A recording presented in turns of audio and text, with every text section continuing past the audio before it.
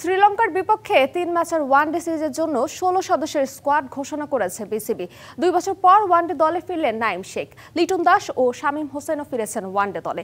এই সিরিজ দিয়েই অধিনায়ক হিসেবে অভিষেক হবে মেহেদী হাসান মিরাজের। ডিপিএলে ভালো করার পুরস্কার পেয়েছেন নাঈম শেখ। দীর্ঘ সময় দলে ফিরলেন এই ওপেনার। ইনজুরি কাটিয়ে দলে ফিরেছেন তাসকিন আহমেদ ও মুস্তাফিজুর রহমান।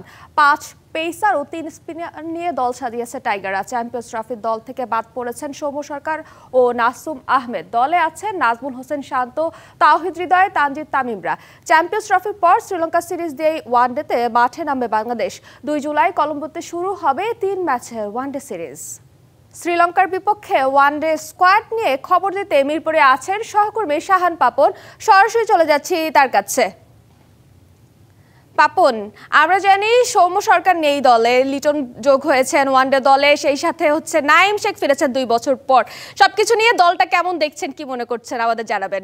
ধন্যবাদ আপনাকে। আসলে নির্বাচকরা দল ঘোষণার পরপরই কিন্তু বলে থাকেন একটা কথা, সেটা হচ্ছে বেস্ট পসিবল দলটাই তারা ঘোষণা করেছেন। সুতরাং সেটাই বোধহয় মেনে নেওয়া হয় যে বেস্ট পসিবল দল তাদের কাছে যা ছিল তা সেই রিসোর্স নিয়েই আসলে তারা দল গঠন করেছেন। তবে তার বাইরে কিছু কথা থাকে, যেমন কিছু কিছু ক্রিকেটার, সম্ভাবনাময় ক্রিকেটার তারা বাদ পড়ে যান এবং সেই বাদ পড়া ক্রিকেটারদের মধ্যে রয়েছেন নুরুল হাসান সোহান, রয়েছেন মোসাদ্দেক হোসেন সৈকত, রয়েছেন রাকিবুল হাসান, যারা আসলে ঘরোয়া লিগে দুর্দান্ত পারফর্ম করে থাকেন। আবার আজকে আরও একটা কথা মানে চর্চা হলো বেশ খানিকটা, সেটা হচ্ছে যে ঘরোয়া ক্রিকেটে, সাদা বলের ক্রিকেটে ভালো করে থাকেন এনামুল হক বিজয়। সেই এনামুল হক বিজয় কিন্তু টেস্ট ক্রিকেট খেলছেন, অর্থাৎ লাল বলের ক্রিকেট খেলছেন।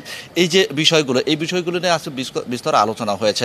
নাঈম শেখের যে ফেরাটা, সেটাও কিন্তু ওই জায়গা থেকে এসেছে, কেননা নাঈম শেখ গত ২-৩ বছর কিন্তু কন্টিনিউয়াসলি পারফর্ম করে চলেছেন এবং তারই ধারাবাহিকতা তিনি বজায় রাখার কারণেই দলে তিনি আজকে যুক্ত হয়েছেন। All time Roma. Taste it, love it. আমরা যার কারণে দেখতে পেলাম দলে ৩ জন ওপেনার রাখা হয়েছে এবং মিডল অর্ডারে যথারীতি শান্ত, মিরাজ এরা কিন্তু আছেন, তাওহিদ হৃদয় আছেন, জাকের আলী অনেক এই মুহূর্তে ওয়াটার চয়েস বাংলাদেশ দলের জন্য।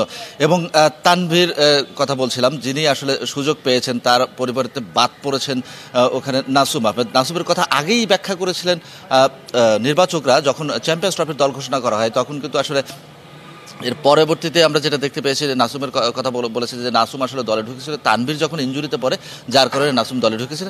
এখন তানভীর ফিট, যার কারণে তানভীরকে দলে নেওয়া হয়েছে এবং নাসুম বাদ পড়েছেন।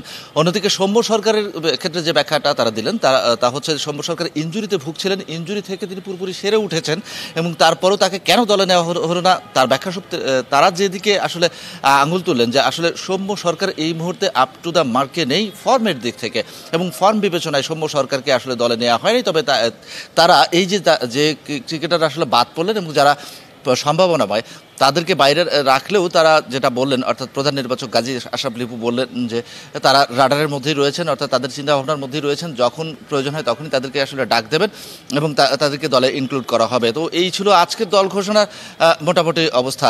প্রিয়া। পাপন, আপনাকে অনেক ধন্যবাদ।